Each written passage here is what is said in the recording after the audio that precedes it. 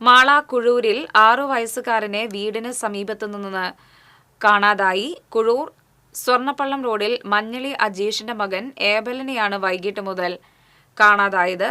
നാട്ടുകാരും പോലീസും ചേർന്ന് തിരച്ചിൽ നടത്തുന്നു. കൂടുതൽ വിവരങ്ങളുമായി രാജീവ് ഈ സമയം ചേരുകയാണ്. രാജീവ്, എങ്ങനെ തിരച്ചിൽ പുരോഗമിക്കുന്നു? എന്തെങ്കിലും സൂചനകളുണ്ടോ? എന്തൊക്കെയാണ് വിശദാംശങ്ങൾ? വൈകിട്ട് 6 മണിയോടെയാണ് 6 വയസ്സുള്ള കുട്ടിയെ കാണാതായിരിക്കുന്നത്. വീടിനോട് ചേർന്ന് വലിയൊരു പാടശേഖരമാണ്. ആ പാടശേഖരം കേന്ദ്രീകരിച്ച് പോലീസും അതുപോലെ തന്നെ നാട്ടുകാരും ഇപ്പോൾ തിരച്ചിൽ നടത്തുകയാണ്.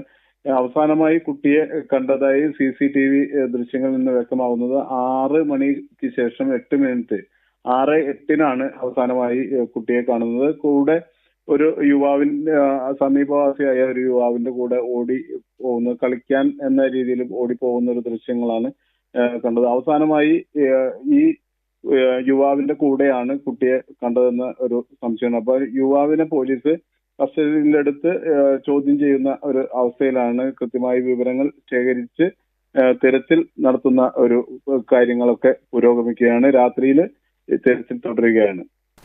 നന്ദി രാജീവ്, വിവരങ്ങൾ നൽകിയതിന്. മാള കുഴൂരിൽ 6 വയസ്സുകാരനെ വീടിന് സമീപത്തു നിന്ന് കാണാതായി. അന്വേഷണം തുടരുകയാണ്. കൂടുതൽ വിവരങ്ങൾ ലഭ്യമാകുന്നതേയുള്ളൂ.